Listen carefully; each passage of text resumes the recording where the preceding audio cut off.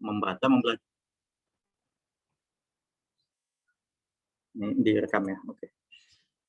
Kalau sebelumnya kan membaca, mempelajari, kemudian merangkum laporan yang telah disusun ya. Nanti untuk yang berikutnya kita lebih banyak ke praktek ya, karena setelah saya lihat itu Pak Irwan ya selaku dosen koordinator itu kayaknya lebih concern ke teknis ya. Nanti kita lebih banyak ke praktek mengenai perhitungan atau formulasi dalam menghitung nilai-nilai yang ada di model monitoring dan evaluasi kinerja ini. Nah, nanti kita ini dulu ya, masuk materi dulu deh, nanti setelah kita bahas materi baru kita akan menjelaskan mengenai tugas presentasinya.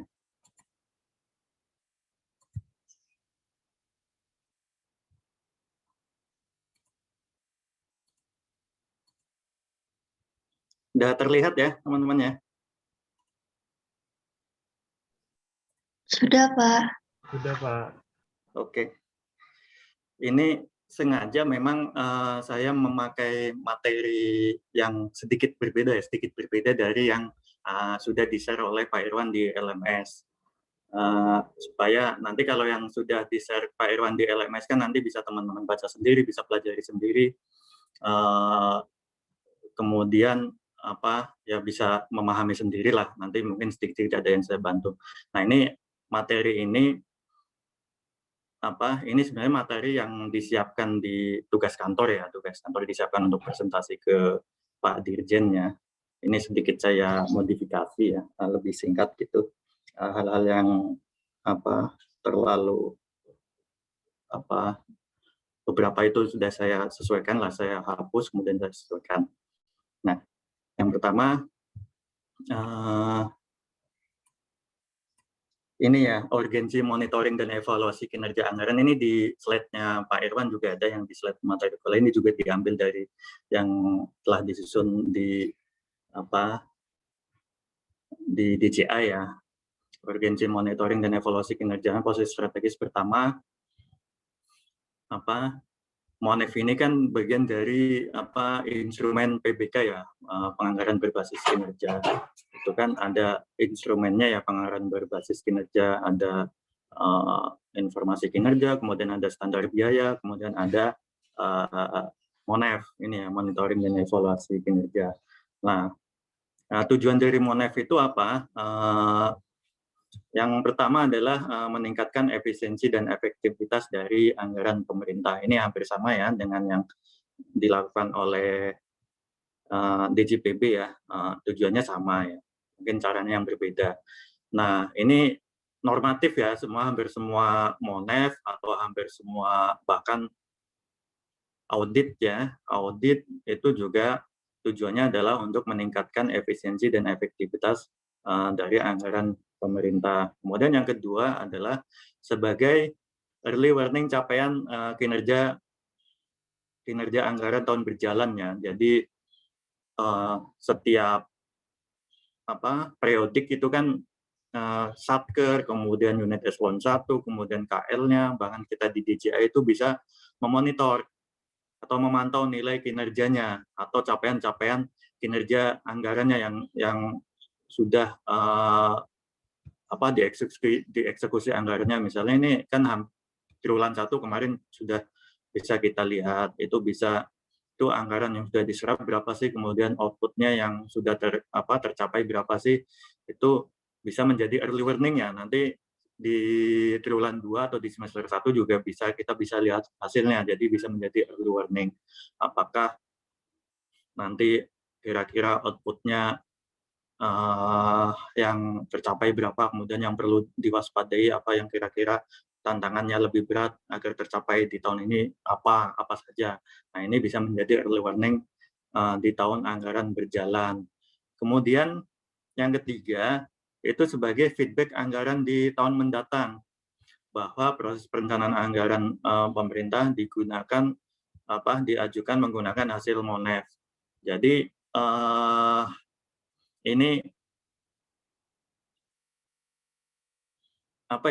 dari hasil monitoring dan evaluasi gitu kan ada ininya ya, rekomendasi-rekomendasi itu, kemudian apa yang berhasil dicapai, apa yang belum. Nah, dari hasil tersebut itu bisa menjadi feedback ya atau masukan dalam proses perencanaan anggaran pemerintah di tahun berikutnya, misalnya di tahun 2020 gitu ya.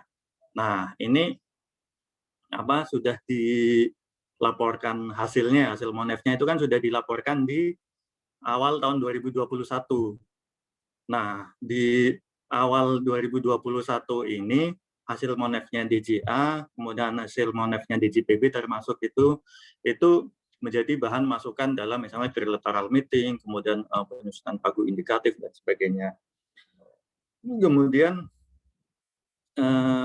yang keempat ini bahan pertimbangan atau penetapan kebijakan alokasi anggaran. Ini hampir sama ya dengan yang nomor 3 ya. Jadi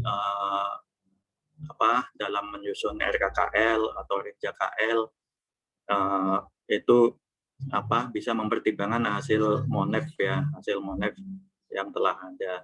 Kemudian setelah kita melihat posisi strategis MONEF ya, ini normatif semua ya, secara teori seperti ini, walaupun nanti prakteknya nanti bisa teman-teman temui sendiri pada saat bekerja di lapangan ya, secara langsung di sektor MONEF. Kemudian fungsi MONEF itu pada dasarnya itu ada 2 ya, ini yang selalu digaungkan atau diungkapkan oleh DJA ya dalam memaparkan hasil MONEF ya. Yang pertama fungsinya adalah fungsi akuntabilitas ya, yaitu membuktikan dan mempertanggungjawabkan atas anggaran yang telah dilaksanakan atau anggaran yang telah dieksekusi. Jadi setiap unit atau instansi pemerintah kan memperoleh anggarannya setiap tahunnya. Misalnya Kementerian Keuangan itu berapa puluh triliun, kemudian Kementerian Pertahanan itu berapa ratus triliun, Kementerian Pendidikan berapa ratus triliun, itu kan harus dipertanggungjawabkan ya atau dibuktikan ya. Nah, ini kan merupakan bagian dari akuntabilitas. Jadi dari misalnya anggaran Kementerian Pendidikan, Kementerian Sosial misalnya ya. Kementerian Sosial di tahun 2020 kan hampir lebih dari 100 triliun ya. Itu kan harus dipertanggungjawabkan itu untuk apa saja, kemudian kinerjanya seperti apa, gitu. Sasarannya tercapai atau enggak, itu kan harus dipertanggungjawabkan. Inilah fungsi dari akuntabilitas atau proofing ya, ini proofing. Kemudian yang kedua adalah fungsi peningkatan kualitas ya atau improving ya. Jadi ini memang sengaja dipilih yang ada rimanya ya. Jadi fungsinya ada 2, akuntabilitas dan peningkatan kualitas, atau dalam bahasa Inggrisnya itu proofing dan improving.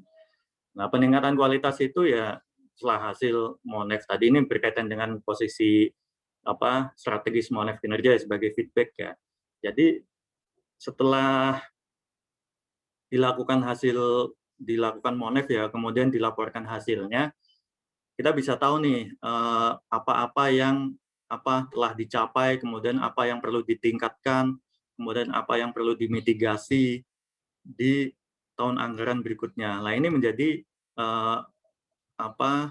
feedback sehingga MONEF itu bisa menjadi bahan masukan untuk peningkatan kualitas ya dalam pelaksanaan anggaran di tahun berikutnya ya. Jadi peningkatan kualitas atau improving ya. Jadi pada intinya dua itu ya, akuntabilitas dan peningkatan kualitas, atau lebih di dalam bahasa Inggris itu proving atau improving. Kemudian yang ketiga fungsinya adalah sebagai dasar dalam pemberian penghargaan dan sanksi kepada KL. Jadi kalau kita lihat di Perpres 42 ya tahun 2020 ya mengenai penghargaan dan sanksi kepada KL dan Pemda ya. Nah, ini karena di DJA atau di DJPB itu kan lebih kepada KL ya. Jadi nanti hasil monefnya itu sebagai dasar pemberian penghargaan dan sanksi kepada KL. Nanti kita akan pelajari di pertemuan berikutnya ya, secara lebih detail ya, teknisnya seperti apa. Nah, kalau untuk penghargaan dan sanksi kepada Pemda itu dilakukan oleh DJPK ya teman-teman ya, sesuai tusinya ya. DJPK itu kalau terkait anggaran ya, misalnya pemotongan DAU, pemotongan DAK, kemudian itu kan untuk sanksinya. Kalau untuk rewardnya misalnya pemberian DID ya, dana insentif daerah, atau penambahan DID. Kemudian untuk sanksi administrasi itu dilakukan, atau penghargaan atau sanksi administrasi dilakukan oleh Kementerian Dalam Negeri selaku kementerian atau unit yang membina Pemda ya secara administratif ya. Seperti itu. Jadi seperti itu ya. Jadi posisi strategis Monef kinerja itu ada 4 ya. Paling tidak ada 4 itu. Kemudian fungsi Monef kinerja itu ada 3 ya. Akuntabilitas, peningkatan kualitas, pemberian penghargaan dan sanksi. Sebenarnya pemberian penghargaan dan sanksi pun fungsinya untuk peningkatan kualitas ya. Jadi lebih sebagai daya dorong ya, daya dorong agar KL lebih termotivasi untuk meningkatkan kinerja anggarannya. Jadi yang fungsi yang ketiga itu sebagai dasar dalam pemberian penghargaan dan sanksi itu lebih kepada untuk mendorong dalam peningkatan kualitas juga, seperti itu. Jadi lebih kepada turunannya di peningkatan kualitas. Seperti itu. Nah, ini kalau kita lihat di ruang lingkup monitoring dan evaluasi kinerja anggaran, kita lihat struktur belanja ya, belanja negara. Mungkin teman-teman sudah mempelajari ya di kuliah belanja negara ada kali ya.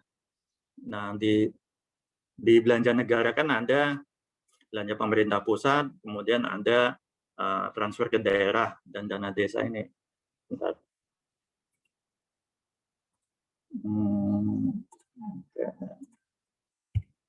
Desa. Oke.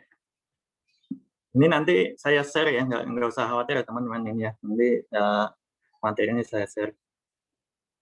Jadi ada ya tadi ya struktur belanja negara ya, ada secara umum ya, secara garis besar ada 2 ya, belanja pemerintah pusat, kemudian ada BUN ya,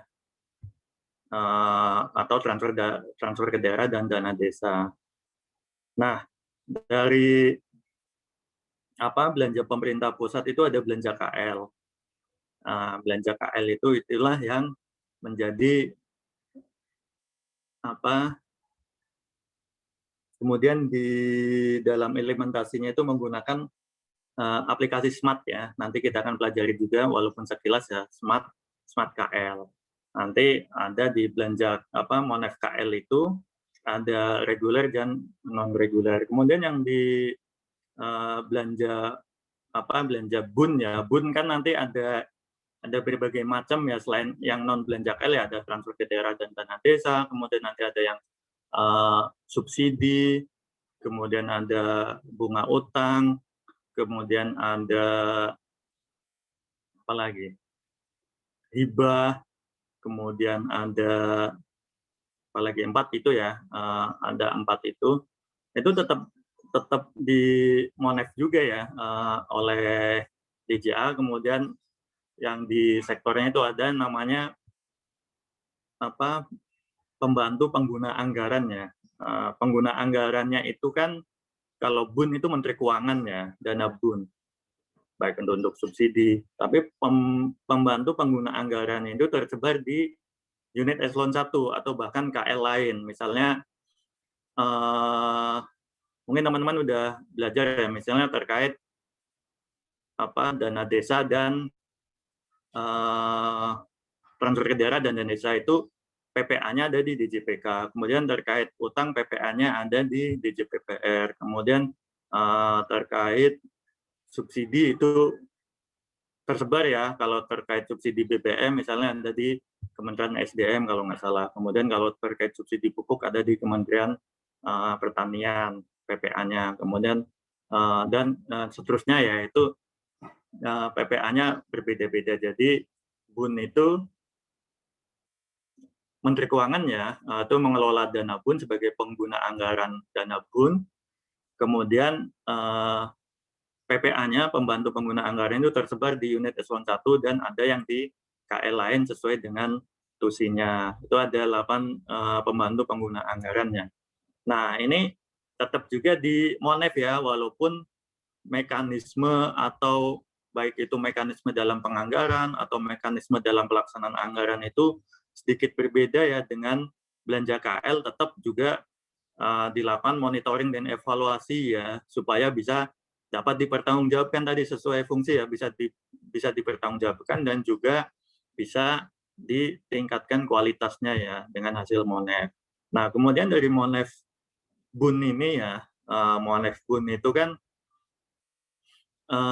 menggunakan aplikasi Smart BUN. Jadi aplikasi Smart itu ada secara umum ya ada dua jenis ya, Smart KL dan Smart BUN sesuai dengan jenis monitoring dan evaluasi ya.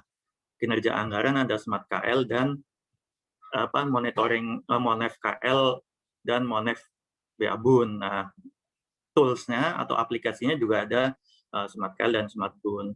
Kemudian dari kedua Monef ini juga ada Monef reguler dan Monef non-reguler. Monef reguler nanti kita lihat bersama ya. Nah, ini dia. Nah, ini jenisnya ya, jenis Monef-nya ya. Ada reguler dan reguler. Kalau yang reguler itu ada aspek implementasi, kemudian aspek manfaat, dan aspek konteks ya. Aspek manfaat itu, aspek implementasi itu capaian keluaran, variabelnya ya. Variabelnya itu aspek capaian keluaran, efisiensi, konsistensi penyerapan anggaran, kemudian penyerapan anggaran.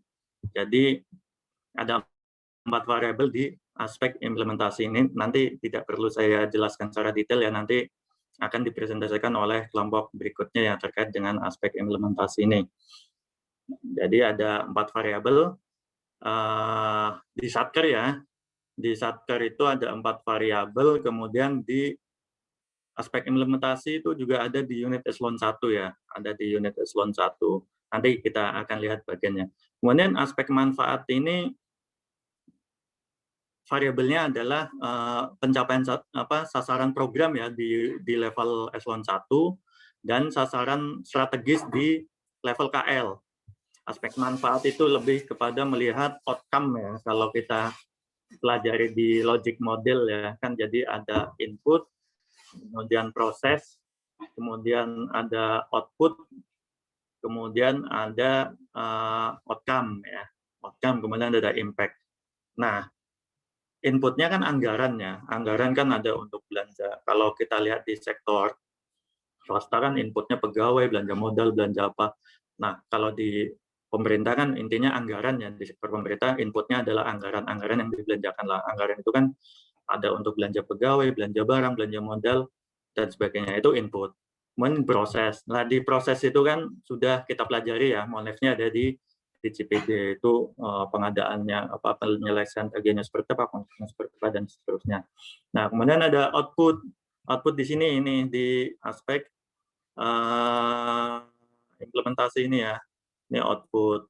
Kemudian ini penyerapan anggaran, kemudian konsistensi ini hampir mirip ya, konsistensi ini hampir mirip dengan yang deviasi halaman 3 DIPA.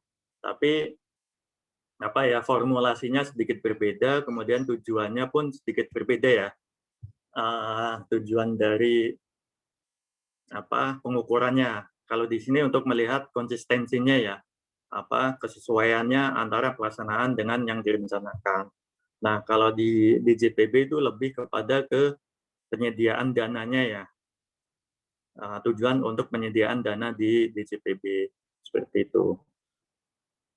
Kemudian ada efisiensi ya. Efisiensi ini sudah teman-teman pelajari ya di kemarin secara teoritis ya. Secara teori kan perbandingan antara output dan input ya. Nanti juga ini diimplementasikan di Monef anggaran ya, bahwa efisiensi itu dihitung menggunakan rasio output dibandingkan dengan input. Outputnya apa? Outputnya adalah capaian keluaran ini. Ini outputnya, inputnya apa? Inputnya itu penyerapan anggaran ini. Jadi efisiensi itu berasal dari kedua variabel ini. Nanti ada formulanya sendiri. Nanti teman di kelompok berikutnya ya akan mempelajari kemudian mempresentasikan ini terkait hal ini. Kemudian ini diimplementasi ya. Kemudian yang dimanfaat itu sasaran program dan sasaran strategis, ini outcome. Itu kalau di logic model itu. Ini juga nah ini semacam IKU ya, atau janji ya, janji kinerja dari baik itu KL maupun unit eselon 1 ini dibahas ini lebih kepada ini ya, Bappenas ya, ininya ya, pada saat pembahasannya, walaupun Kementerian Keuangan dalam ini DJA juga ikut pada saat trilateral meeting, tapi penentuannya atau pembahasannya itu lebih kepada kewenangannya Bappenas ya, kan karena dia yang menyusun RPJM ya, rencana pembangunan jangka menengah, kemudian RKP, rencana kinerja pemerintah apa yang ingin disasar lah. Kemudian dari RKP itu di breakdown-nya ke KL, kemudian ke eselon 1, sasaran strategisnya apa yang ingin dicapai untuk KL, kemudian sasaran programnya apa yang harus dicapai oleh unit eselon 1. Ini dibahas antara KL, kemudian Bappenas, kemudian ada juga Kementerian Keuangan, jadi di trilateral meeting ini. Nah ini aspek manfaat ya. Kemudian aspek konteks. Nah ini teman-teman nanti ada sedikit modifikasi ya di presentasinya ya, materinya ini memperhatikan tujuan dari perkuliahan ini ya, materi. Nanti yang ke bagian aspek konteks ini diganti ya, materinya menjadi penghargaan dan sanksi ya. Nanti kita akan bahas berikutnya. Nah, aspek konteks ini untuk melihat kualitas informasi kinerja anggaran. Ini dilakukan di awal tahun anggaran ini, jadi ini mirip spending review ya. Dari segi waktunya ya, dari segi waktu itu mirip spending review ya. Jadi misalnya untuk RKKL 2021 ini ya, RKKL itu kan ada informasi kinerjanya ya dari teman-teman udah tahu belum ya? Ini dari yang RSPP. Ada yang sudah tahu RSPP? Struktur anggarannya seperti apa? Udah di mata kuliah lain udah dijelasin belum? Teman-teman ada yang bisa ini? RSPP, Redesign Sistem Perencanaan dan Penganggaran. Itu kan di strukturnya kan dari level terbawah ya, dari rincian output ya, RO, rincian output ini kalau belum dijelaskan nanti agak di awang-awang ya. Teman-teman nangkepnya. Jadi level terbawah itu kan ada rincian output ya, itu hasil akhir atau produk akhir dari anggaran yang dibelanjakan. Jadi misalnya itu suatu satker mengalokasikan anggaran, itu produk akhirnya apa? Misalnya kalau di BU misalnya jalan, jembatan, kemudian kalau di unit yang tidak teknis ya, misalnya Kementerian Keuangan misalnya ya, itu misalnya peraturan, kemudian PMK atau PP gitu ya, itu produk akhirnya, itu ada di rincian output gitu ya. Nah kemudian sampai ditarik ke atas rincian output, di atasnya ada KRO, klasifikasi rincian output, jadi pengelompokannya saja. Jadi misalnya peraturan PMK gitu ya, misalnya ada PMK mengenai Juksunlah, kemudian ada PMK mengenai Monef, kemudian ada PMK mengenai ini outputnya ya, misalnya RO-nya ya, kemudian di outputnya misalnya penyusunan peraturan Menteri Keuangan, atau bisa juga peraturan-peraturan, bisa beda level ya, nanti di KRO-nya itu atau klasifikasinya itu misalnya penyusunan peraturan seperti itu. Jadi KRO itu di atasnya ya RO, di atas itu KRO, kemudian ada kegiatan, kemudian di atasnya lagi ada program ya, program, kemudian program itu ada indikatornya, indikator sasaran program, ada indikator output program seperti itu. Kemudian di atasnya lagi di KL itu ada sasaran strategis, ada indikator sasaran strategis, ada targetnya, satuannya seperti apa. Nah ini aspek konteks itu melihat itu. Jadi menilai kualitas informasi kinerja yang tersaji di dokumen anggaran, baik dari level teratas ya, dari sasaran strategis, kemudian sampai level terbawah, sampai rincian output. Itu dilihat kualitasnya. Logic modelnya seperti apa sih? Seperti itu. Jadi kan kita sudah mempelajari logic model ya, dari input, kemudian proses, output, outcome. Jangan sampai ini nggak nyambung dari inputnya apa, kemudian jadi dari level terbawahnya inputnya apa, kemudian kita lihat prosesnya sesuai tusi KL-nya enggak, kemudian nyambung nggak, misalnya dari program turun kegiatan turun ke KRO, itu nyambung nggak, dilihat. Kemudian satuannya targetnya sesuai nggak, jangan sampai nanti kita lihat ada yang nggak punya target, atau targetnya 0, atau targetnya itu tidak sesuai. Nah kemudian nanti ada satuannya sesuai nggak, seperti itu. Nah ini ada di aspek konteks ya. Jadi yang melakukan ini di DJA ya, di DJA, lebih tepatnya di DSP ya, di DSP. Jadi anggaran ini ya, anggaran penyusunan anggaran ya sudah dibahas misalnya di tahun 2021 kemarin ya, sudah dibahas di Trilateral Meeting, kemudian sudah ditelaah di anggaran bidang ya. Anggaran bidang itu yang menelaah anggaran masing-masing KL. Kemudian telah disusun RKKL, telah ditetapkan dalam DIPA. Nah, kemudian barulah dilakukan evaluasi aspek konteks di awal tahun 2021 ini. Jadi nanti hasil dari aspek konteks itu direkomendasikan ke KL dan di anggaran bidang. Jadi apa-apa yang harus diperbaiki terkait dengan informasi kinerja yang ada di dokumen anggaran atau di RKKL, seperti itu ya. Nanti memperbaiki dengan revisi. Ini dari sisi waktu juga hampir sama ya dengan spending review ya. RKKL 2021 ini dilakukan spending review-nya dilakukan di awal tahun. Kalau spending review kan lebih kepada menilai efisiensi ya. Efisiensi lah, ini kalau aspek konteks lebih kepada kualitas informasi kinerjanya, seperti itu. Nah ini di reguler ya, di reguler. Kemudian ada juga yang non reguler. Non reguler itu yang ada di luar variabel ini ya. Jadi kalau di PMK-nya itu disebutkan dilakukan oleh Kementerian Keuangan sesuai kebutuhan dan kebijakan untuk tujuan tertentu. Nah ini sesuai kebutuhan saja. Jadi misalnya ini pernah saya sampaikan ya, di 2019 itu isu strategisnya misalnya mengenai stunting.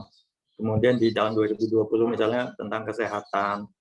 Nah, kemudian di 2021 ini misalnya tentang kesehatan, itu bisa diangkat di non-reguler. Jadi kajiannya itu lebih spesifik ini ya teman-teman ya. Di non-reguler itu lebih spesifik.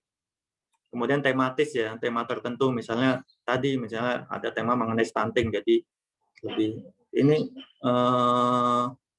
anggarannya seperti apa sih stunting, kemudian target-targetnya seperti apa, kemudian capaiannya seperti apa, kemudian kendala-kendalanya seperti apa, itu spesifik di misalnya tema terkait stunting. Kemudian strategis karena stunting ya itu menjadi misalnya stunting ya itu menjadi isu nasional ya, bahkan dipantau langsung oleh Wapres pada saat itu. Kemudian lebih mendalam ya, kalau ini kan lebih kepada nilai-nilainya udah ditentukan variabelnya ya, kemudian formulanya seperti apa sudah ditentukan yang reguler ya. Nah, kemudian yang non reguler itu lebih apa ya, mengungkap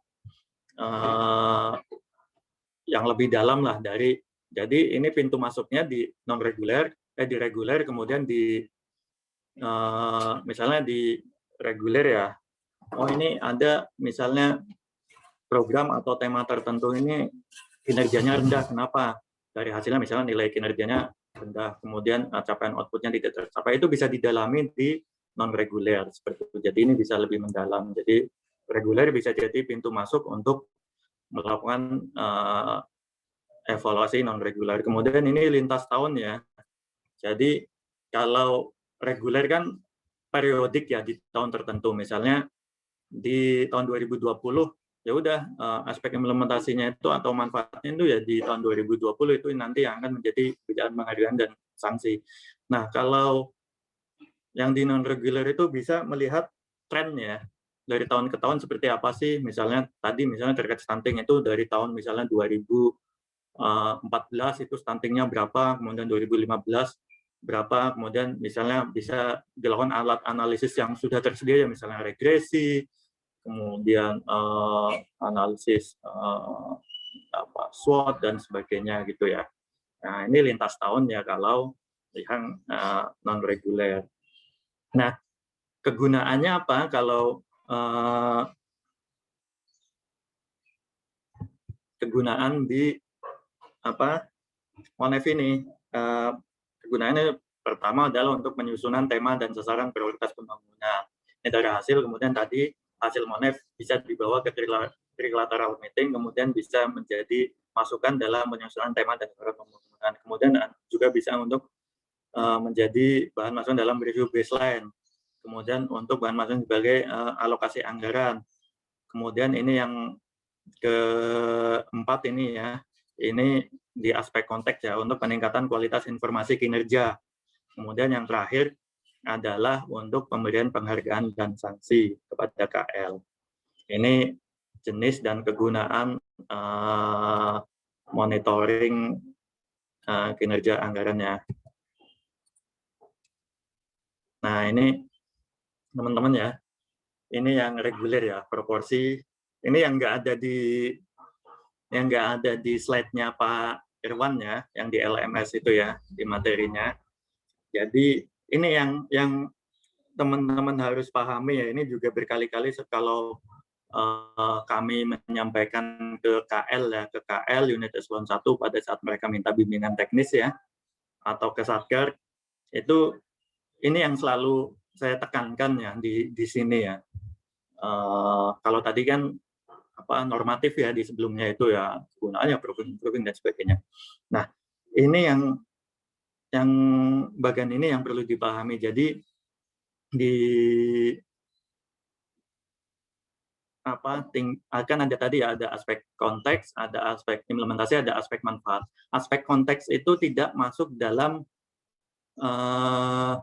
dia dilakukan evaluasi, tapi hasil evaluasinya itu tidak masuk ke dalam nilai yang diperoleh oleh KL.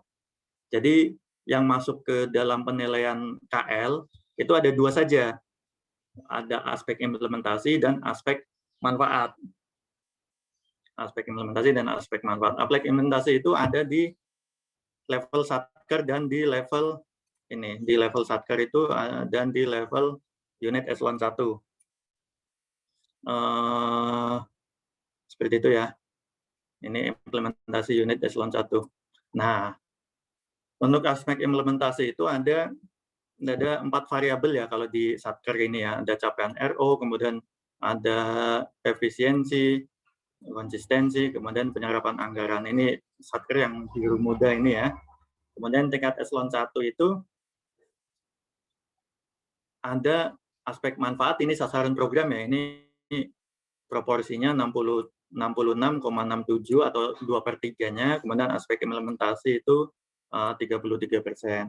Ini aspek implementasi diperoleh dari capaian output program, kemudian variabel yang hampir mirip dengan yang di Satker.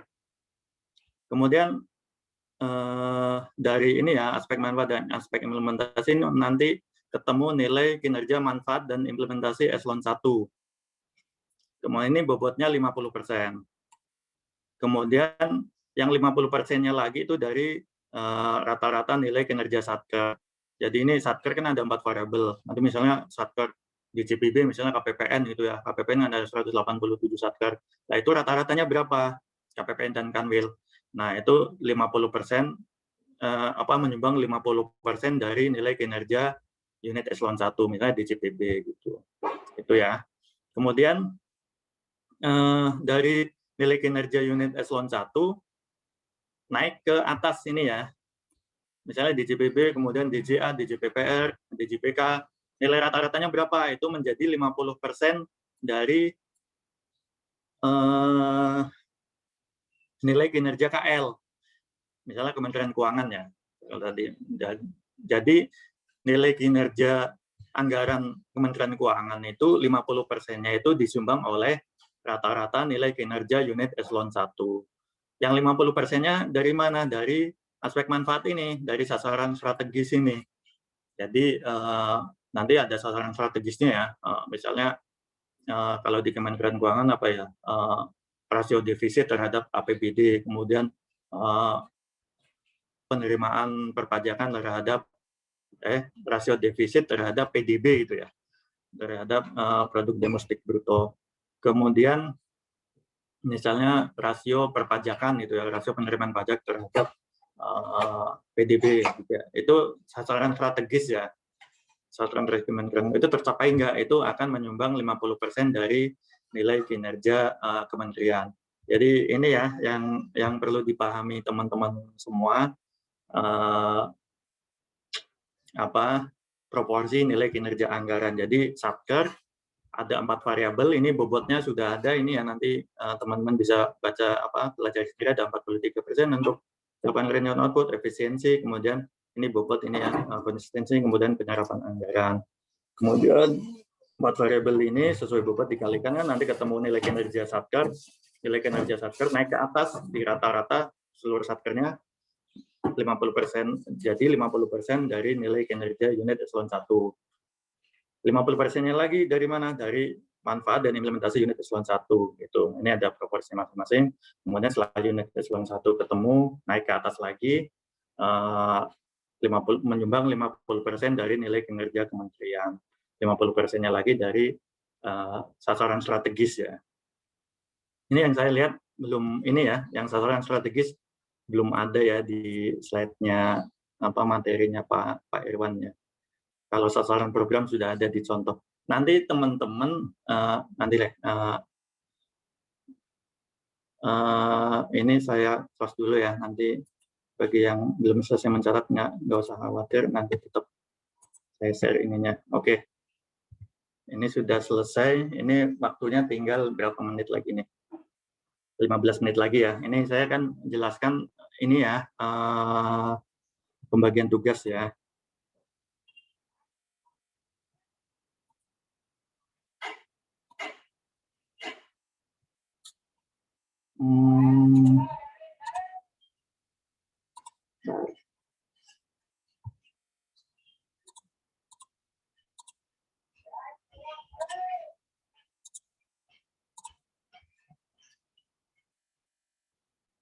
Ini yang dulu sudah kita bagi ya, benar ya, ini 614 ya, teman-teman? Benar, Pak.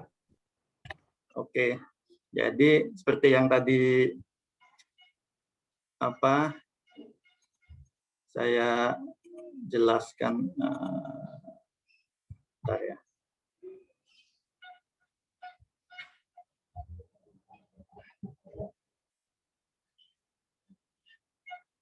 Bentar.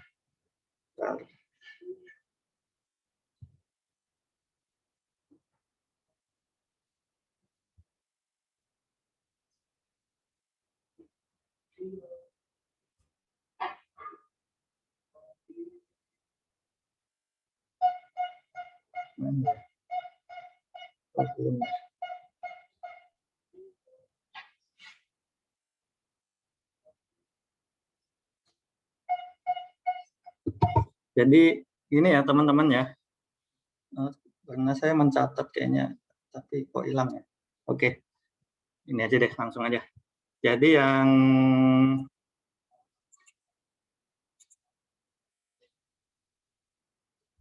1, 2, 3, 4, 5, 6. Mana ya?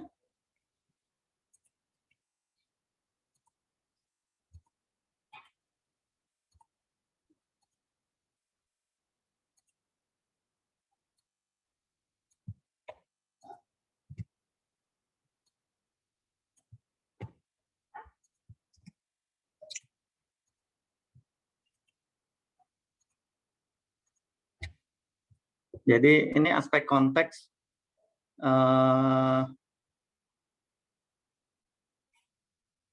berubah ya, karena ini jadi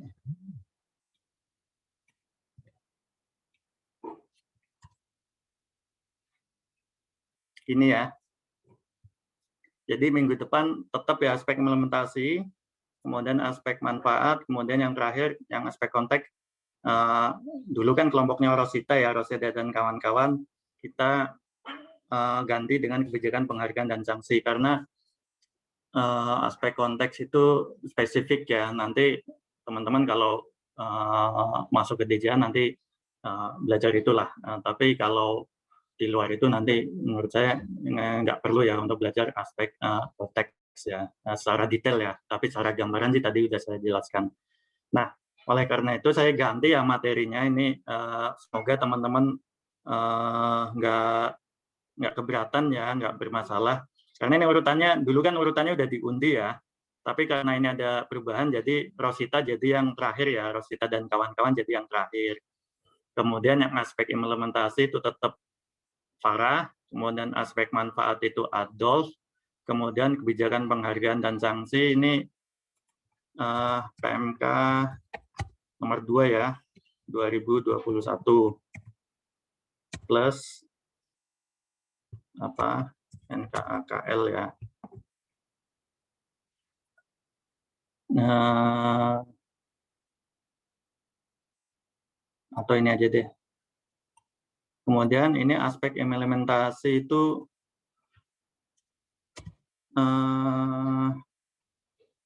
satker ya, level satker. Jadi nanti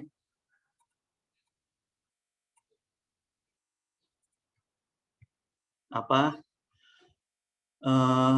teman-teman pelajari ya yang aspek implementasi di PMK PMK 214 ya 2020. Ini sudah saya konfirmasi ke Pak Irwan ya, udah kami konfirmasi ke Pak Irwan. Jadi walaupun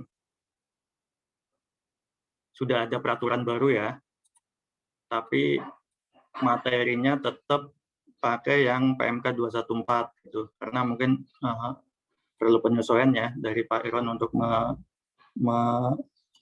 menyesuaikan materinya. Jadi tetap nanti saya ini apa namanya, waktunya cukup nggak ya? Nanti saya jelaskan perbedaannya dari 214 dari PMK 22. Nanti teman-teman bisa baca sendiri ya, tapi lebih ke PMK 214 ya, yang aspek implementasi. Nanti dibaca ya aspek implementasi itu apa, kemudian formulasinya seperti apa, kemudian ini nanti saya ada kasih data ya, data nanti teman-teman hitung ya. Nanti kan ada formulasinya, teman-teman hitung nanti dipresentasikan ya. Jadi selain yang ada di PMK juga mempresentasikan hasil hitungannya ya, hasil hitungan aspek implementasi. Jadi 4 variabel itu apa nilainya apa, kemudian nilai kinerja satkernya sampai nilai kinerja satkernya itu jadinya berapa, itu yang dipresentasikan oleh kelompoknya Farah. Kemudian kelompoknya Adolf ya, ini capaian sasaran program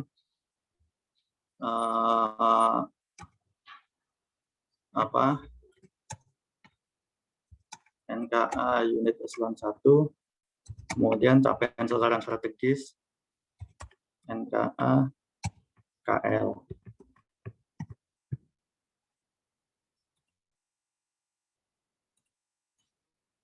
ini ya. Jadi ini nanti yang dijelaskan oleh masing-masing kelompok gitu ya. Itu nanti datanya akan saya share ini. Jadi seperti ini ya teman-teman semua ya. Jadi saya ulangi lagi ya, yang aspek evaluasi aspek implementasi pelajari di PMK 214 atau PMK 22 ini ya. Kemudian nanti saya share filenya, PMK-nya itu, kemudian datanya. Selain nanti disajikan aspek implementasi itu apa dan sebagainya, juga hitung-hitungannya, formulasinya seperti apa, kemudian hasilnya nanti teman-teman ngitung di Excel, kemudian dipindahkan ke PowerPoint, nanti dijelaskan. Nanti ini ya level satker, tadi kan ada empat variabel ya, CRO, kemudian efisiensi, kemudian konsistensi penyerapan anggaran, dan terakhirnya nilai kinerja anggaran satker. Kemudian aspek manfaat itu ada capaian sasaran program, kemudian hitung juga nilai kinerja anggaran unit eselon 1-nya, kemudian CSS-nya, kemudian NKAKL-nya. Ini saya coba share ya.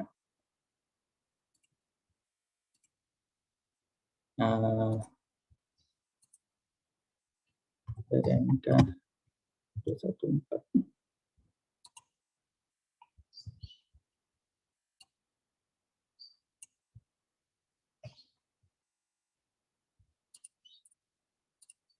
Oke.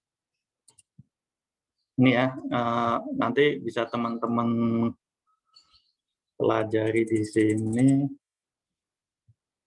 Nah, PMK 214 ya. Ini kan nanti ada evaluasi kinerja anggaran reguler, kemudian aspek implementasi, nanti ini yang disajikan, kemudian terus di lampiran kan ada formulasinya ya. Nah, ini capaian keluaran seperti apa, indikatornya. Nah, ini formulasinya. Kemudian teman-teman juga bisa lihat di praktek ini ya, praktek pengukuran kinerja ya, di slide di LMS itu week ke-11 sama 12 ya kalau nggak salah. Nanti bisa pelajari di situ juga. Itu kemudian kita buka Excel-nya ya.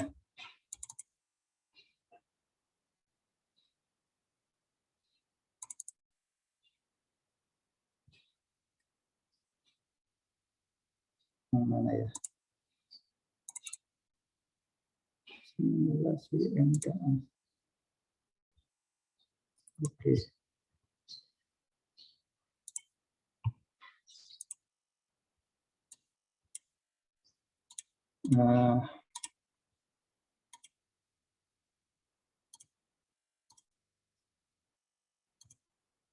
Ini ya. Ini nanti saya share ini ya. Ini data real ya. Nanti tolong teman-teman jangan disebar ya. Maksudnya jangan sampai keluar dari kelas ini ya, data ini. Tapi nggak apa-apa. Maksudnya saya untuk simulasi pakai sedikit data real, tapi saya ini ya, saya samarkan nama-nama satkernya ya. Supaya teman-teman tahu data realnya seperti apa, gambarannya seperti apa. Ini ya, ada outputnya, kemudian ini RVRO-nya ya, RVO-nya. Kemudian ini ada RIKK, realisasi indikator keluaran kegiatannya. Ini RVO-nya berapa, kemudian realisasi bulanannya seperti apa, kemudian NKA Satker. Nah, ini nanti yang dicari adalah NKA ini ya, Satker ini ya, yang masih saya kosongi kuning ya. Jadi ini datanya ada di sini, data mentah, data apa ya? Data inputnya ya. Data yang akan menjadi nilai kinerja Satker ya per variabel itu. Kemudian ini yang kelompok implementasi ya. Jadi datanya ada di sini. Kemudian yang manfaat ini ada data aspek manfaat ya. RISP itu realisasi indikator sasaran program ini ya. Ada di sheet ke berapa ini? 5. Ini datanya. kemudian NKA eselon 1-nya berapa, ini nanti dicari ya. Ini nilai kinerja eselon 1-nya yang manfaatnya berapa, kemudian rata-rata kinerja satkernya berapa. Ini kan NKA satkernya kan udah ada ya. Setelah ini dicari ketemu, kan nanti rata-rata satkernya ketahuan ya. Ini ya rata-rata satkernya kan ketahuan yang ini. Nanti yang manfaatkan dari sasaran program ini ya. Nah, sasaran program. Nah, setelah manfaat ini ketemu sama rata-rata satkernya ketemu, nanti ketemulah nilai kinerja unit eselon 1. Nanti berdasarkan tadi bagian yang saya jelaskan tadi. Nanti setelah ketemu ini kan nanti ketemu rata-rata NKA eselon 1 ya. Nanti baru dihitung ini apa sasaran strategisnya. Indikator sasaran strategisnya ini udah ada, udah saya sediakan. Nanti dihitung sesuai formula. Nanti kan 50% dari capaian sasaran strategis, 50% dari nilai kinerja rata-rata kinerja unit eselon 1. Nah, nanti ketemu di sini ini ada contoh Kementerian Sosial ya. Ini nanti yang di PM yang kelompok penghargaan dan sanksi ya, kelompoknya Rosita ini setelah ini kan dari kelompok aspek manfaat ketemu nilai ini, nilai SMART-nya ya atau EK-nya. Nah, nanti berdasarkan PMK 2 nomor 21 ini nilai gabungannya masing-masing kali ini berapa, kemudian yang dapat penghargaan siapa, yang dapat sanksi itu siapa, nanti dijelaskan oleh kelompok penghargaan dan sanksi. Jadi ini yang kelompok implementasi itu sampai nilai kinerja satker, kemudian yang kelompok manfaat itu ini ya, cari capaian sasaran program, nilai kinerja unit eselon 1-nya berapa, kemudian nilai capaian sasaran strategisnya berapa, nilai kinerja anggaran KL-nya berapa. Kemudian yang kelompok terakhir, selain mempresentasikan PMK nomor 2 ya, PMK penghargaan dan sanksi, PMK nomor 2 tahun 2021 juga menghitung ini ya NKA gabungannya berapa masing-masing KL ini, kemudian yang dapat penghargaan KL apa saja, yang dapat sanksi KL apa saja, seperti itu ya. Ini ada pagunya, nanti dilihat pagunya di PMK nomor 2 juga diatur kategori pagunya, nanti teman-teman bisa lihat sendiri ininya ya, dihitung sendiri, nanti dieksplor sendiri seperti itu. Intinya seperti itu ya. Kira-kira seperti itu. Nanti datanya saya share ya setelah kuliah ini ya. Dan sekali lagi nih saya mohon jangan ini ya, datanya jangan di-share dari keluar kelas ini ya. Sebenarnya ini bagian dari akuntabilitas sih karena sudah ada KMK-nya, tapi untuk jaga-jaga jangan keluar dari kelas ini, seperti itu. Jadi untuk teman-teman saja supaya teman tahu gambaran realnya seperti apa terkait perhitungan nilai kinerja anggaran KL itu. Demikian kira-kira. Ada yang ingin ditanyakan? Ini waktu tinggal 3 menit lagi ya. Izin Pak. Ya. Perkuliahan sampai jam 9.10 Pak, bukan 8.40. Oh iya. Ya. 9.10 ya. Udah kelamaan libur nih kayaknya, jadi saya lupa. Oke deh. Ada yang ingin ditanyakan nggak? Tapi nggak apa-apa ya, lebih cepat ya. Kayaknya teman-teman lebih senang kalau kuliahnya lebih cepat nih. Ada yang ingin ditanyakan nggak? Saya tadi udah buru-buru neranginnya, ternyata masih lama waktunya. Silakan, ada yang ingin bertanya?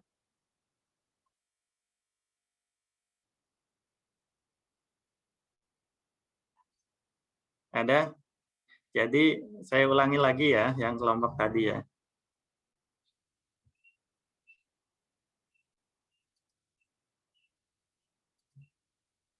Ini ya.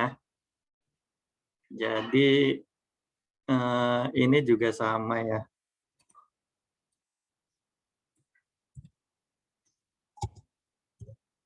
Nah, ini yang PMK 214, ini nanti sebenarnya kita pelajari ini aja ya, untuk mengisi waktu ya. Pelajari perubahannya seperti apa ya. Jadi nanti teman-teman pelajari 214 ya. Sebenarnya perubahan dari 214 ke PMK 22 itu nggak banyak ya. Dari sisi formulasi itu hanya satu variabel ya. Satu variabel yang berubah. Jadi kita lihat kalau di slide-nya Pak Irwan ada nggak ya? Ini disfungsi hampir sama ya. Oke, reguler oke. Konteks. Nah, ini oke. Ya, oke. Kayaknya nggak ada yang perlu saya jelasin lagi ya. Nanti teman-teman yang kelompok berikutnya aja yang jelasin. Terus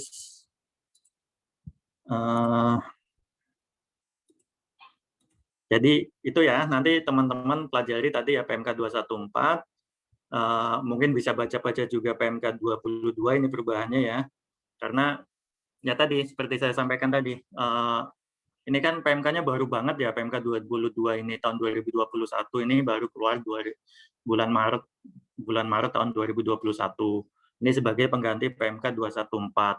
Sebenarnya sudah kami komunikasikan ya ke Pak Irwan. Dulu Pak Irwan juga ini ya pegawai DJA ya, Dosko itu Pak Dosko, pegawai DJA di programmer beliaunya di unit yang menangani aplikasi ya. Jadi mungkin beliau memang concern-nya di hal-hal teknis ya, di formulasi seperti itu. Kemarin waktu IKPA juga lebih ke situ. Nanti kemungkinan juga yang UAS juga banyak keluarnya terkait formulasi ya, perhitungan di Excel-nya nanti dipindahkan ke hasilnya. Seperti itu. Nah, PMK 2 yaitu PMK 22 kami sudah koordinasikan ya, koordinasikan ke Pak Irwan. Tapi Pak Irwan, menurut Pak Irwan itu pakai yang PMK 214 aja dulu yang diajarkan.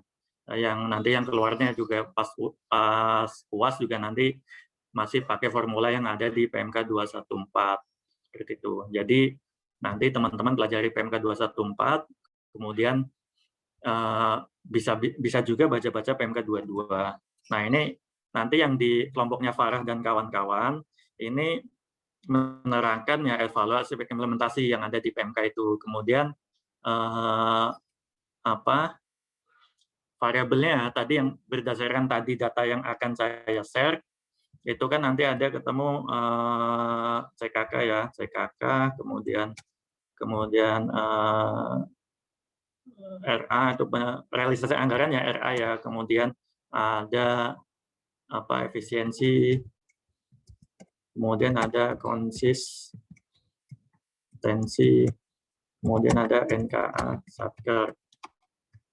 NKA itu ini ya, nilai kinerja anggaran ya. Jadi seperti itu. Nanti berdasarkan tadi data yang akan saya share, nanti selain menjelaskan konsep aspek implementasi juga variabel-variabel ini, formulasinya seperti apa, kemudian berdasarkan data tadi hasilnya seperti apa, gitu. CKK-nya berapa, RA-nya berapa, efisiensinya berapa, konsistensinya berapa, sampai ke NKA Satker. Kemudian yang evaluasi aspek manfaat, ini kelompoknya Adolf ya, kelompoknya Adolf. Nanti selain aspek manfaat yang ada di PMK 214 juga menerangkan formulasi ya, formulasi mengenai CSP, capaian sasaran program ya. CSP itu capaian sasaran program yang berasal dari nanti nilainya dari indikator sasaran program. Jadi itu CSP itu. Kemudian nanti setelah CSP ketemu kan tadi berdasarkan hitungan yang kelompok sebelumnya kan ada satker ya, rata-rata satker. Nanti rata-rata satkernya ketemu, nanti akan setelah CSP-nya ketemu nanti bisa dihitung nilai kinerja unit eselon 1-nya.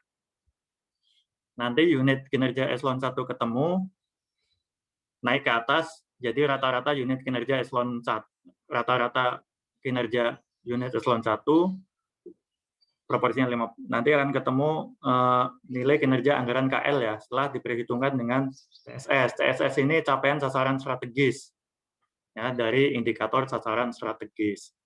Nah, Jadi nanti menghitung 4 ini selain juga PMK aspek manfaat di PMK 214. Kemudian ini berarti apa ya? Mungkin aplikasi smart kali ya. Aplikasi smart.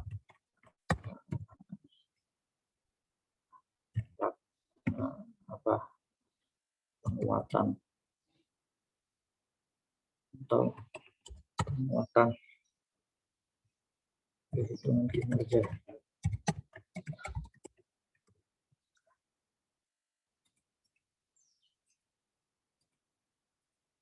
Nah, untuk plus yang kelompok terakhir ya, kelompoknya Rosita ya, plus perhitungan nilai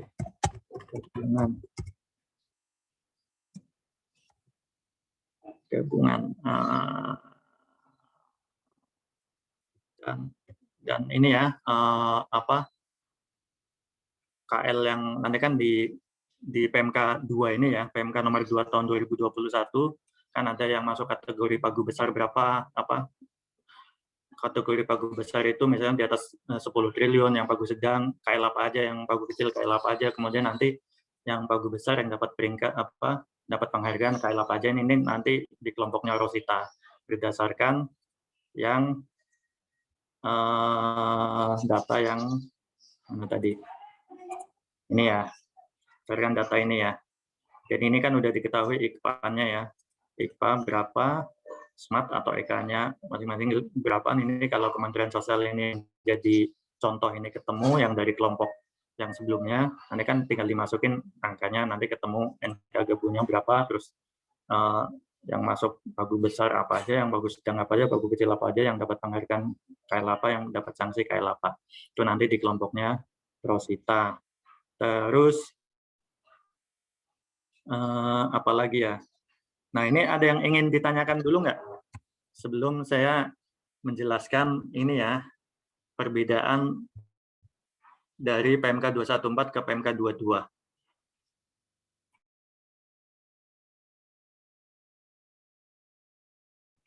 Ada? Silakan kalau ada yang ingin ditanyakan.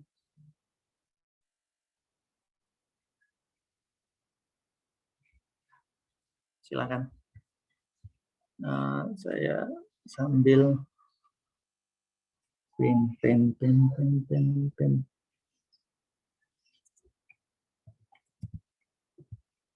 Oke. Udah nggak? Udah cukup jelas ya tadi, jelasnya apa tugasnya ya? Udah jelas.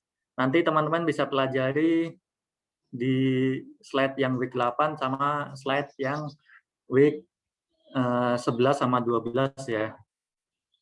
Untuk lebih ininya ya. Kemudian apalagi ya yang ingin saya jelaskan lagi ya.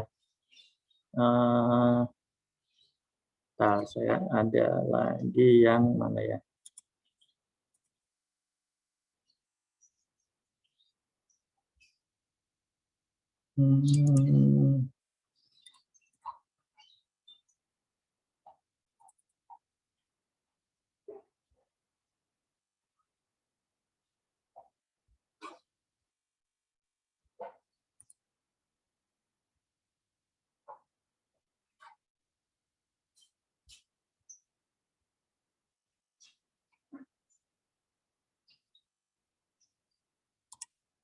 Ini ya, tadi yang belum saya ini ya. Jadi di penguatan regulasi ya, ini ada mungkin teman-teman bisa catat ya. Nanti saya share sih, nanti saya pindahkan ke slide yang tadi. Jadi ada Perpres 42. Ini landasan hukum ya, hukum. Perpres 42. Jadi kalau dulu itu pemberian penghargaan dan sanksi itu langsung dari Undang-Undang APBN ya. Jadi Undang-Undang APBN mengamanatkan misalnya di pasal 18 ya, ini di Undang-Undang APBN 2020 ya.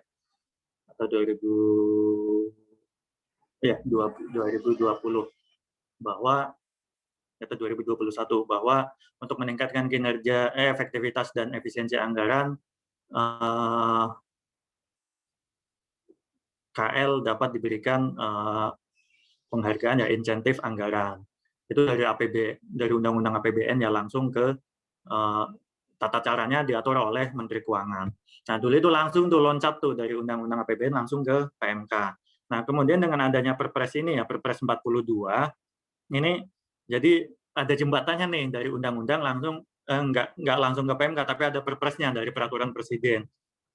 Nah, ini menjadi semacam, walaupun nanti teknisnya ada di PMK nomor 2 ini ya, PMK nomor 2. Jadi ini semacam jembatan ya dari Undang-Undang APBN terkait pemberian penghargaan dan sanksi, kemudian diatur di Perpres 42, kemudian teknisnya ada di PMK nomor 2 ini. PMK nomor 2. Nah, ini nanti kelompoknya Rosita yang terakhir mempelajari PMK ini. Kemudian penguatan regulasi dia ada di PMK nomor 22 ya. PMK nomor 22 tahun 2021 ini PMK pengganti dari PMK 214. Memang nomornya mirip-mirip ya. Yang penghargaan dan sanksi itu PMK nomor 2. Kemudian yang monefnya tata cara pengukurannya ada di PMK 22. Ini pengganti dari PMK 214. Seperti itu. Kemudian dari lebih teknisnya lagi di Perdirjen nomor 1 Perdirjen Anggaran nomor 1 tahun 2018 nanti akan direvisi. Ini masih proses ya, sekarang masih proses penetapan. Jadi regulasinya itu ini ya. Kemudian yang regulasi BUN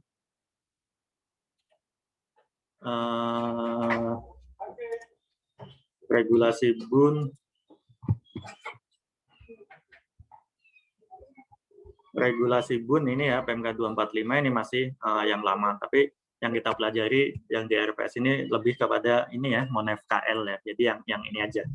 Seperti itu. Kemudian masih ada 20 menit ya. Oke. Kemudian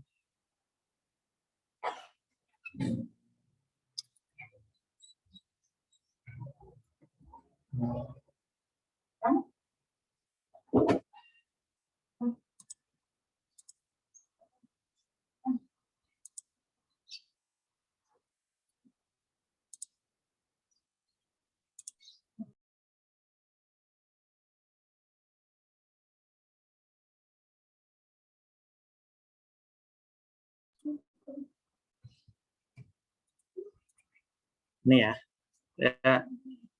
masih ada waktu ya, saya jelaskan sedikit. Ini ya perubahan di PMK 214 ke PMK 22. Ini ya, ini masih normatif. Nah, ini ya. Jadi ada kebijakan baru terkait evaluasi kinerja anggaran ini ya. PMK 214 diganti dengan PMK 22. Kemudian yang terkait kebijakan penghargaan dan sanksi juga ada peraturan baru ya, ini tadi sudah saya jelaskan, Perpres nomor 42, kemudian PMK nomor 2. Kemudian ada update aplikasi Smart. Ini ya. Kemudian nah ini cakupannya ya. Ini masih sama ya seperti dengan PMK 214, ada ketentuan umum, ada reguler seperti apa, non reguler seperti apa, ketentuan lain, penutup dan lampiran. Ini tata cara pengukurannya ya. Tadi ada formula-formulanya, penilaiannya dan sebagainya. Kemudian substansi perubahannya apa aja? Ini yang pertama adalah penyesuaian definisi ya, istilah. Jadi sebenarnya PMK 22 ini atau PMK 214 direvisi karena adanya RSPP atau Redesign Sistem Perencanaan dan Penganggaran. Lah di RSPP itu kan ada penyesuaian istilah ya, di SE bersamanya Menteri Keuangan dan Menteri Bappenas ya, Menteri Perencanaan atau Kepala Bappenas. Kemudian ada peraturan Menteri Keuangan mengenai Juksunlah, kemudian dan sebagainya. Itu kan ada penyesuaian definisi. Nah, karena di hulunya itu ada perubahan definisi, maka di hilirnya ya, di monefnya ini juga perlu ada penyesuaian definisi mengenai DIPA, kemudian sasaran strategis, kemudian indikator kinerja sasaran strategis, sasaran program, dan seterusnya ya. Kemudian sasaran kegiatan dihapus ya, kemudian ada indikator program, klasifikasi rencana output, dan rencana output. Kemudian penyesuaian istilah ya, dulu namanya indikator sasaran strategis, kemudian berubah menjadi indikator kinerja sasaran strategis. Ini berubah nama aja, menjadi ada tambahan nama kinerja. Kemudian sasaran program menjadi indikator kinerja program. Kemudian keluaran output menjadi keluaran program menjadi output program. Indikator keluaran program menjadi indikator output program. Kemudian yang level satker dulu namanya itu ini ya, keluaran kegiatan, sekarang menjadi klasifikasi rincian output dan rincian output. Itu ya definisinya. Kemudian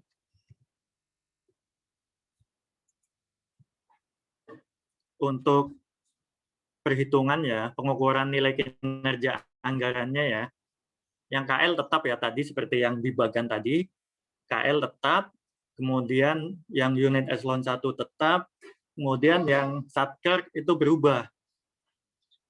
Jadi dulu itu capaian keluaran kegiatan itu perkaliannya atau rata-rata geometrik ya dari realisasi volume kegiatan RVK dan indikator keluaran kegiatan.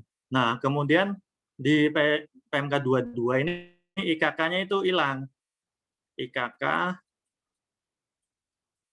itu nggak ada, tidak diukur lagi. Jadi hanya realisasi volume rincian output. Jadi ada RVRO. Jadi capaian rincian output itu hanya terdiri dari RVRO.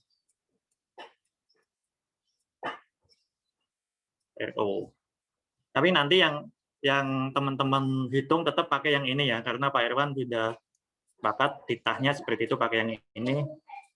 Tapi ini supaya teman tahu aja ya perubahannya seperti apa. Kemudian masih ada ini ya. Unit eselon 1 tetap, kemudian nah ini yang satker yang dulu ini ya, perhitungan RVK dan IKK. Ini nggak usah.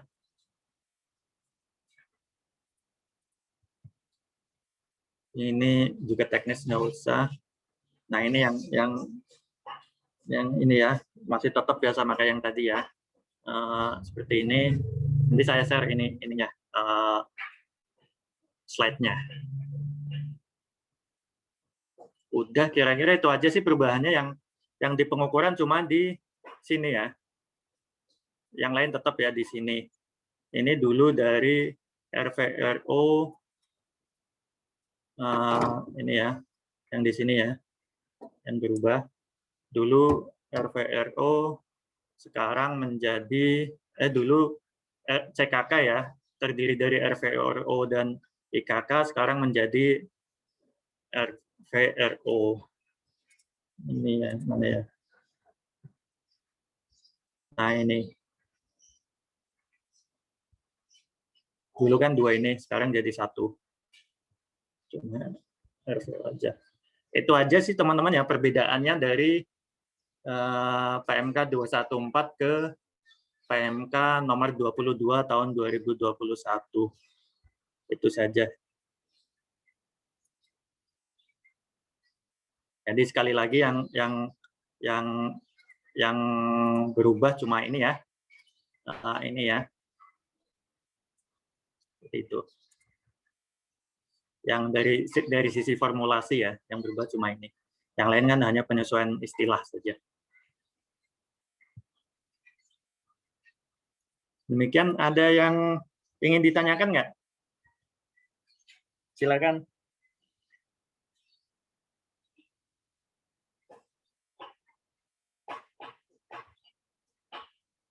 Ada? Kalau nggak ada nggak? Nggak ada ya? Kalau nggak ada, kita akhiri deh. bonus 10 menit ya. Lebih cepat 10 menit, nggak apa-apa saya kira. Nanti tadi bahannya akan saya share ya. Akan saya share termasuk tadi ya bahan untuk presentasi ya, datanya ya, data simulasinya ya. Nanti bisa teman-teman hitung sendiri. Nanti kelompok tadi ya, kelompok siapa tadi? Kelompoknya Farah, Adolf, atau Rosita ya. Kalau ada yang masih bingung, ada yang ingin ditanyakan pada saat menyusun bahan paparan untuk presentasi, silakan WA ke saya aja, nggak apa-apa. Ya. Demikian. Sekali lagi ada yang ingin ditanyakan atau yang ingin didiskusikan? Yang ingin disampaikan boleh curhat atau apa, masukan itu. Nggak ada ya? Kalau nggak ada, oke, kita akhiri saja perkuliahan pada pagi hari ini. Terima kasih kepada teman-teman semua atas perhatiannya, atas partisipasinya. Juga tak lupa selamat ya kemarin ya yang UTS-nya dapat nilai bagus, yang belum dapat nilai yang sesuai diharapkan tetap semangat ya, jangan kecewa, bisa diperbaiki di UAS dan di aktivitas di paruh kedua perkuliahan ini. Kemudian mohon maaf ya, ini kalau di kelas 614 saya agak ini ya, biasanya karena ini pertama ya, kuliah di pagi hari pertama masih nge-lag gitu ininya untuk dalam menyampaikan materi gitu ya. Kadang dari sisi waktu ya, karena ini pertama jadi waktunya kadang mengaturnya ini mau nerangkan ini cukup nggak ya waktunya gitu ya, mau nerangkan ini cukup nggak waktunya gitu, jadi masih agak nge-lag seperti itu. Jadi ini kalau ini terus terang aja kalau di kelas berikutnya karena sudah pengalaman di kelas 614 yang pagi hari, jadi mengatur waktunya lebih mudah, jadi presentasinya lebih inilah lebih lancar, jadi ininya mengatur waktunya. Jadi mohon maaf ya, terutama ini untuk kelas 14 atas segala kekurangan di kuliah pagi hari ini. Kemudian semoga bermanfaat ya kuliah pagi ini. Sampai jumpa lagi minggu depan. Nanti presentasinya kelompoknya siapa tadi? Farah ya. Nah, kelompoknya Farah. Oke. Terima kasih sekali lagi. Akhirul kalam. Wassalamualaikum warahmatullahi wabarakatuh. Terima kasih. Waalaikumsalam warahmatullahi wabarakatuh. Terima kasih, Pak. Oke, makasih semuanya. Saya izin. Baik, Pak.